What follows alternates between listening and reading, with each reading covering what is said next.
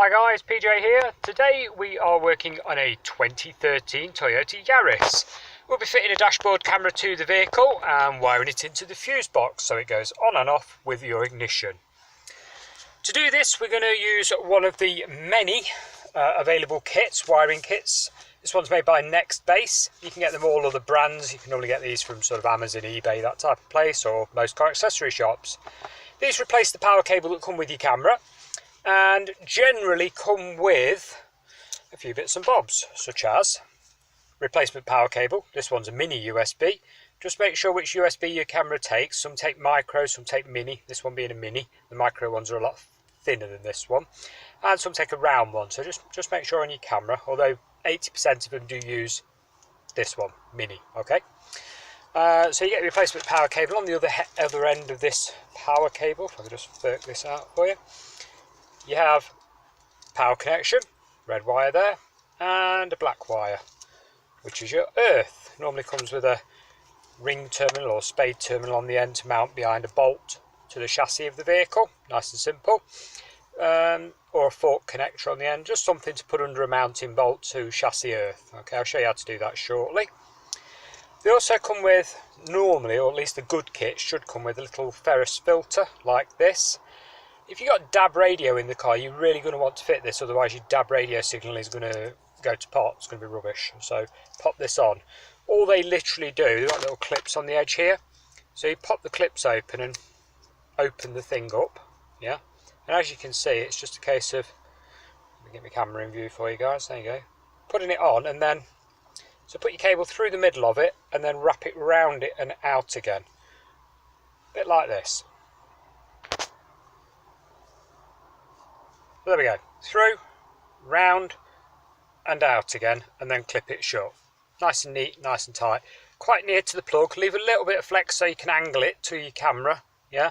And also when you're going to put this in your headline, and leave a little bit of spare flex in case you want to move it around a bit. The other thing in the box that you get normally is a fuse spur, which is one of these things. This plugs onto the red wire that I've just shown you. And it's basically to take your power supply from the fuse box of the vehicle to create that ignition switched. There's normally three sizes of fuses. There's the full-size full-size fuse, which is bigger than this one. There's the mini blade, which is this size, and then there's the micro blade, which are very, very slim. The Yaris uses mini blade, such as this, and what this does basically, it mimics a fuse. So you pull a fuse out of your fuse box once you've tested which one you can use. You shove this in where the fuse came from, and the fuse that you've removed goes in this slot here. So in other words, this slot powers the original circuit that the fuse that you've removed from your fuse box was for, and this fuse here powers your camera. This is normally a 2 or a 3 amp, normally comes in the kit with it. So obviously then your power can trickle off down the power cable to your camera. It's a bit like the household mains adapters where you plug a mains adapter into your power socket. It gives you like 4-way or 2-way, same sort of thing, same idea, but you need to test the socket to make sure you're using an ignition switched accessory fuse. I'll show you what to do later on. First of all, the power cable, we've got to prepare it, and what I always do, because it's going to sit tucked up above your headlining, I put a couple of cable ties around it, yeah. And that's just to beef it out a little bit, because you don't want to hit a pothole and then all of a sudden your power cable comes dangling down in front of you, yeah. So we'll do that now, and I'll show you what I mean. And there we go. Measure it up against your roof, how far apart you want them. And we just pop the cable ties around the cable and a little bit of electrical tape over the top, and all that's for, sometimes when you snip sometimes when you snip cable ties, they can have a sharp edge on them. Obviously over time your headlining is made of like a fabric fibre substance. You don't want it rubbing it and making a mess of it from the inside, so it just sort of pads it out so you haven't got a sharp edge. It's not something you need to do, it's just something I've done through fitting these things for years. You know, it's just a little tip. It's just to suspend it, to stop it falling down in front of you, like I say, when you're driving along these lovely roads that we've all got. So now you can go ahead, get your power cable and go up to your window. Now this stuff's fibre, yeah, it's not very strong, so don't go at it like a bull in a china shop. Be a bit careful with it. If it's near to the glass like this particular one is, and I can't pull it down with my fingers, this is when you're going to need one of your useful tools. Now useful but not essential is what I've got here. Pair of snips, don't need them, but it's ideal for just trimming them cable ties I've just shown you. Pair of scissors will do the job if need be. Long nose pliers. Some cars' fuse boxes are quite far recessed and you need them to sort of pull the fuses out, although the car should come with a plastic thing to pull the fuses out. Okay, but I'll be using these. These are plastic leverage tools, and these are made by Bojo, as you can see. And all they are is for levering plastic trim off without damaging it. So as you can see, the sort of pointed end there. If you use a flat blade screwdriver such like, you are going to damage your car. It's as simple as that. The plastic is going to get dinted and look a right mess. We're looking for a factory fitted finish here. We don't want any damage at all. It's got to look like it was in from new. This type of thing costs about £1 off eBay or Amazon. Well worth it. If you haven't got one of these, or you don't want to spend £1, find some other plastic variant of scraper. Do not use metal. Well, you can use metal, but be warned, it will damage the plastic on your car. So I highly advise these. Very useful bit of kit, and at £1, just use it and then throw it away if you're never going to use it again. You know, it's cheap as chips. So anyway, very useful thing. Obviously, when we're going for the fuse box, we're going to need either a multimeter, such as my battered beleaguered one here. Seen too much use that has, but there we go. Or one of the little screwdrivers with a bulb in the end as a test probe, so we can see which fuses are live and which are not. And all we will be doing with the ignition off. So say that's your fuse, yeah, I'll show you this one because it's a nice clear view, and on the Yaris the fuse box is in the footwell, so it's quite dark. You'll notice fuses have got two metal bits sticking up on the top of them, yeah, not covered in plastic. All you'll do is get your test probe or your multimeter and touch your probe onto the end of it. If your multimeter's not reading anything, if it's on 0, so just turn mine on there we go. So you want it to read 0 when the ignition is off by touching the top of your fuse that you're looking for, okay? If you've got a test probe, a screwdriver with a light in it, the light should not be on, it shouldn't come on at all. Then you pop your ignition on and test it again. Your little screwdriver should light up, or your display should read 12 point whatever volts, yeah? That's how you know it's an ignition switched. And you're going to be looking for an accessory circuit, something like a fag lighter connection, radio, that type of thing. Nothing to do with ECU, ABS or airbags or anything like that, okay? But we will go through those shortly. A bit digressing here at the moment. So, next thing you're going to want to do, after you've assembled your little collection of tools that you're going to use, is start removing some plastic trim. Or, actually, I better go back and just show you the power cable going in the roof, because this is why we got this in the first place. So we go back up to the top, and you can pop this behind, look, and just pull. And that will give you a gap to stick your power cable up on. And there we go. So we've used the plastic leverage tool, pulled it down a little bit, only sort of an inch, and then popped it up above. We've got a bit more to do. We've got to pop that one up, and then that one up, and then obviously we're at the corner here. And all we're going to do with this is tuck it along the leading edge here out of sight. I get a few people saying, well, what about the airbag in the side pillar here? You're not going to put it over the airbag, you're going to put it right over the top here, yeah? So you've not got to worry about your airbag, it's not going to be down here somewhere drooping across your airbag. And believe me, if you've ever seen an airbag go off, even if a power cable was across it, it's not going to stop the airbag from functioning. Them things really go off with a good whack. But we're not going to do that, we're just going to go across the very, very top edge here, and then down here, like so. So quickly, just to show you what I mean, we've used our trim removal tool just to prise the end of this plastic open a bit. It's very flexible, so it's not going to damage it. Pop your power cable along down the edge and tuck it neatly out the way so you can't see absolutely any of it. Then you're going to come to running it down the edge, and the easiest way to do it is to pull the door seal off, like so. And then you've got a nice little gap just to trace it down the edge. Again, you don't need to tuck it right in, just down the edge until you get to right down here to the bottom of the dashboard. Right, when you get down to this area, sort of underneath your glove box, you'll have this plastic plate in play. Now, all you do is push the spring clips in. I'll show you, like so. Yeah, push them in, there's 3 of them. Pull down and then out. It's like a guide on the back of it, look. Pop that out the way, so it gives you access to your fuse box, which is right up underneath there. Next up, there's a little black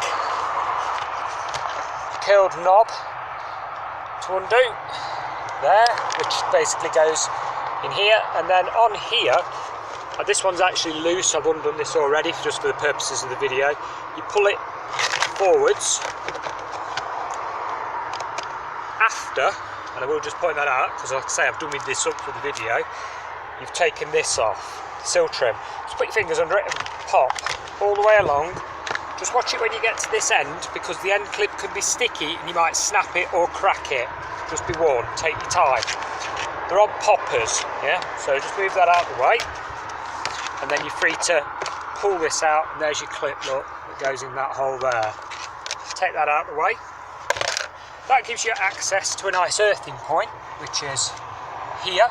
So you'll be able to put your earthing terminal onto that, undo the 10mm bolt, put it to earth. Job's a good one. If you don't want to use that one because it's connected to something else, you could always use the dashboard mounting bolt here. Again, 10mm.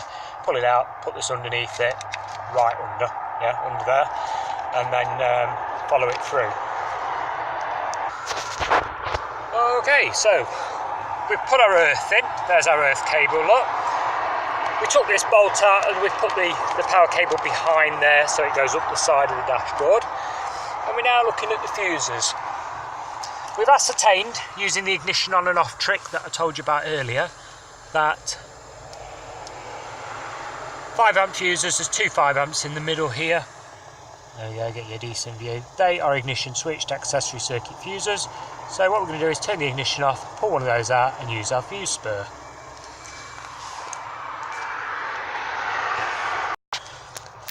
Okay, this is quickly worth mentioning. If, like the car I'm working on, when you pull your fuse out, it's one of the stubby mini fuses, so in other words the blades of it don't stick down, you're going to have to go and buy yourself a replacement fuse for the vehicle circuit, okay, because as you can see the blades on this one stop with the length of the plastic. This is quite common. You know, it's sort of unavoidable that you're going to have to replace the fuse, because that won't plug into your fuse spur. Yeah, depends on the car, depends on the year, depends on the model. You won't know. Sort of pull one out and have a look and see. Like I say, make sure it's an accessory circuit, nothing critical. Fuses are colour coded, so just get one the same colour. That's a 5 amp, same colour, look, 5 amp. Okay, so pop the fuse that in theory you've pulled out of the fuse box into the fuse spur, into the spare slot just there. So we've plugged our fuse in, so it looks like that. Yeah, connected our bullet connector, and now we're just going to stand on our head, because these cars have got a fuse box in a real stupid place, and pop your fuse in. You can see what I'm doing. There we go.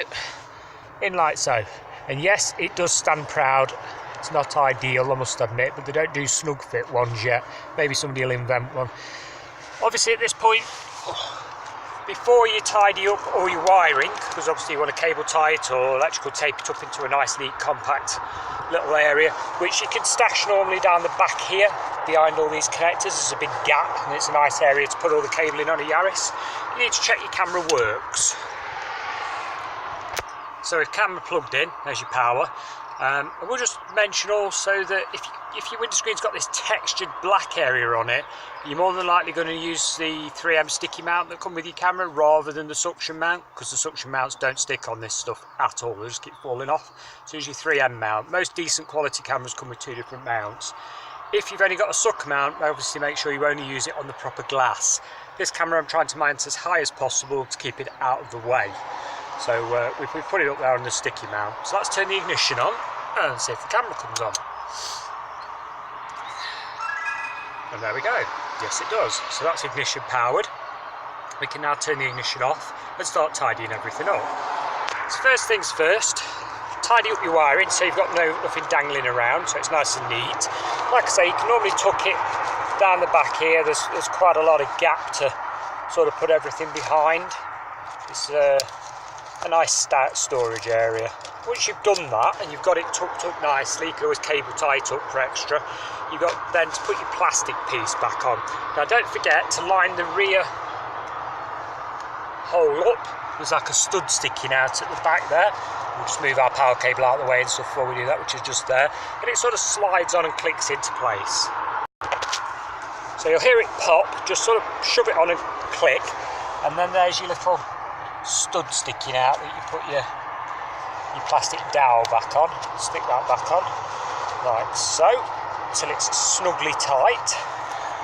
Then you get your lower cover, which sits up and under. Now remember we were saying about the locating dowel?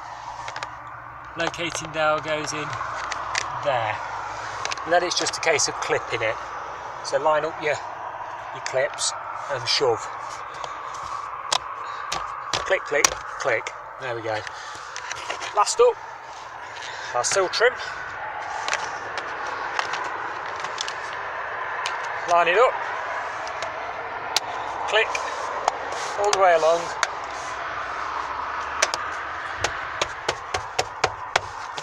There we go, nice and on. And at that, you have successfully fitted your dashboard camera into your Yaris. Now obviously, if this bothers you, please consult a specialist. If you pay somebody to do the job and they break your car, they're insured, your car will get fixed. If you break it, not so. And by that, I am held no way liable or responsible for any damage to your vehicle or injury to yourself by following this video guide. If you've got any questions at all, pop them in the comments below. I'll do my best to answer you. And thank you very much for watching. Goodbye for now.